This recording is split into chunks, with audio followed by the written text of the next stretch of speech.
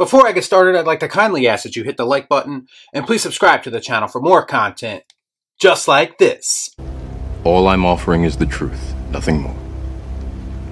So we're going to finish off Spider-Man weekend strong and do something I haven't done in a while. We're going to rank all the Spider-Man movies. I know what you're thinking, he's breaking new ground on YouTube with this one. But look at the bright side. I guarantee you I did not use the soy face in the thumbnail for this video like all the other Spider-Man ranking videos on YouTube. Hello darkness, my old friend. By the way, everyone and their grandmother is putting up their own rankings on social media right now. Seriously, some of these people should just delete their Twitter account and do us all a favor. Come on. Do it.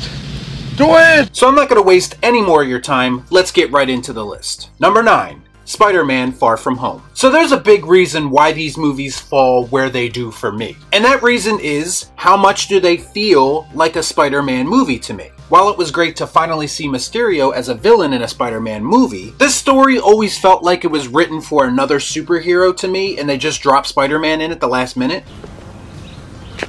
That makes sense. When Mysterio has more of a connection to Iron Man than he does Spider-Man, then that's a problem. Plus, the first time I watched this movie, it barely kept my interest. It was only in the last couple of minutes where it actually felt like a Spider-Man movie again. Number 8. SpiderMan Homecoming. Yes, I'm placing the two most MCU-related Spider-Man movies at the bottom of the list. Because quite frankly, the character of Spider-Man sucked in those movies. And after watching No Way Home, it's going to be very easy for me to ignore these two movies in the future. It makes it even easier when Tom Holland's portrayal in Homecoming is completely obnoxious. You know, with all his, "Hey Mr. Stark, I need a suit" nonsense. Spider-Man should be self-made, not playing second fiddle to Tony Stark. And this movie just bored the hell out of me also. I did enjoy Michael Keaton as Vulture, but in typical Tom Holland fashion, he's overshadowed in his own movie. Now you want to get nuts? Come on, let's get nuts. Number 7. The Amazing Spider-Man 2. Andrew Garfield, I think, is great as Spider-Man, but boy did they give him some shitty movies. And none shittier than this one, which made the superhero movie cardinal sin of being overstuffed with villains and thus feeling rushed, not to mention the lazy Electro character arc that was basically Jim Carrey's Riddler all over again. The new Goblin was again rushed and honestly didn't make a whole lot of sense, and he kind of looked stupid too.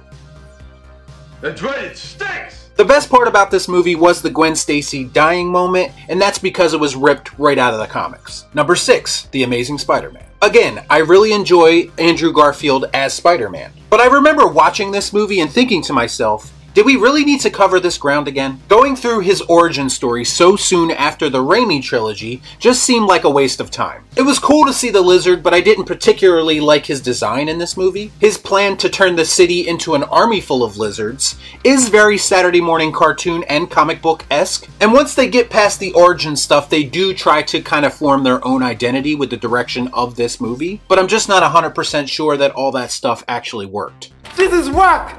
I can't get jiggy with this shit! I just think this movie and this series of movies was a missed opportunity given the caliber of actors they were working with. Number 5. Spider-Man Into the Spider-Verse. I can hear it already in the comments, why is this movie so low? I'm gonna be honest with you, I only first saw this movie last night before I made this video. I avoided it for a while because I just don't find the Miles Morales version of the character to be all that interesting, and honestly, I still don't.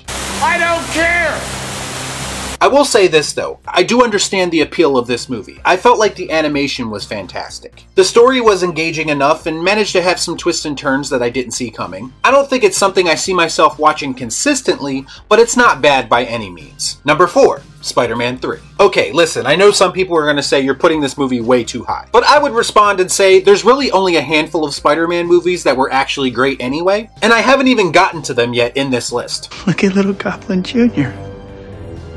Gonna cry? This movie is messy. It's a product of Sony meddling with Sam Raimi's vision, which I can't stand. The Venom stuff feels very tacked on, as it should, because Raimi never wanted to use him to begin with. I do like the idea of the black suit Spider-Man being used in this movie, and then possibly leading to Venom later on down the line. Because the symbiote makes him so emotional, it makes sense for him to have that suit when he's going up against Sandman, who is revealed to be Uncle Ben's killer, and Harry, who finally goes full Goblin. When I watch this, if you can sift through all the goofiness of it, there is a good movie in here somewhere. Unfortunately, again, the studio meddling with this project actually ruined what would have been a perfect trilogy. I do think a lot of the fighting and action sequences hold up as well. Number 3. Spider-Man No Way Home. I know, I'm just as shocked as you are. What really helps this movie, outside of, let's just call them the returns, is that they finally let Tom Holland's Spider-Man be his own man and deal with his own struggles. For the first time in like 6 movies, I actually felt something for this version of the character, and I never thought that would happen. Jesus fucking Christ, it's about time! Again, if you start to remove him from the formulaic nature of the MCU, it actually does his character some justice. Now, this movie still has some MCU elements to it that frankly annoy the fuck out of me, but I was able to see through them and appreciate the attempt to try to set things right. I also appreciate how they show respect to the past and do fan service right. It's not about who shows up like it is in MCU movies, it's about how those characters contribute to the story in a meaningful way. And that was refreshing. Number 2, Spider-Man. This is easily one of the greatest movie theater experiences of my life. There was an energy and a buzz in the air that wasn't as common when this movie came out. This is when superhero movies were fresh and treated like an event, and not just a product coming off a conveyor belt. Sam Raimi is a great director who had a vision for this character, and he executed it brilliantly. When I think of Spider-Man, this is the version of the character I think of. He's down on his luck, he's dealing with adversity, he's trying to balance personal and superhero stuff, and all of that is played off brilliantly by Tobey Maguire, the GOAT. He really embodies this character. And casting Willem Dafoe as the Goblin was a stroke of genius, and there's a reason that he returned in the most recent movie. You know how much I sacrificed?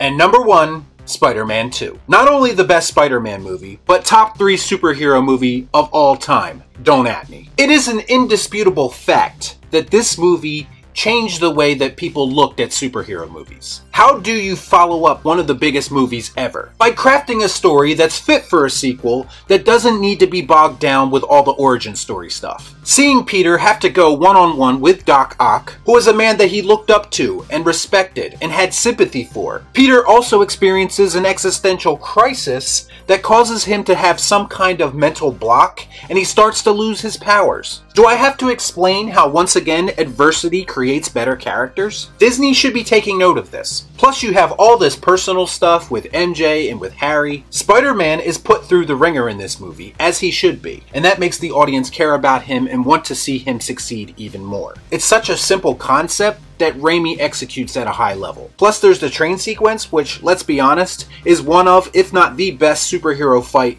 ever put on film. You'd be hard pressed to find another movie that I was more excited for prior to its release. And when I finally watched it, it delivered 10 times over.